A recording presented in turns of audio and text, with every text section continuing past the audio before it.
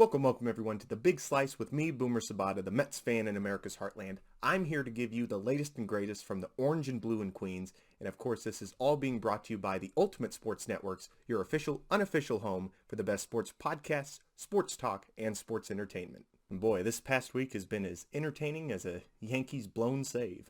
I'll be talking about my projected lineup for opening day for the Mets. We'll talk about the pitching rotation, some important arms in the bullpen, and we'll just kind of discuss how I think certain players will do this year.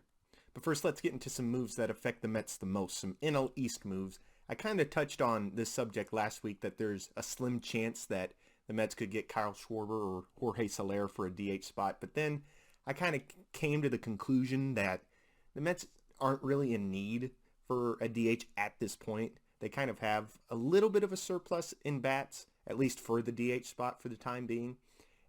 One thing I didn't expect, though, was that both Schwarber and Soler were both going to sign in the division.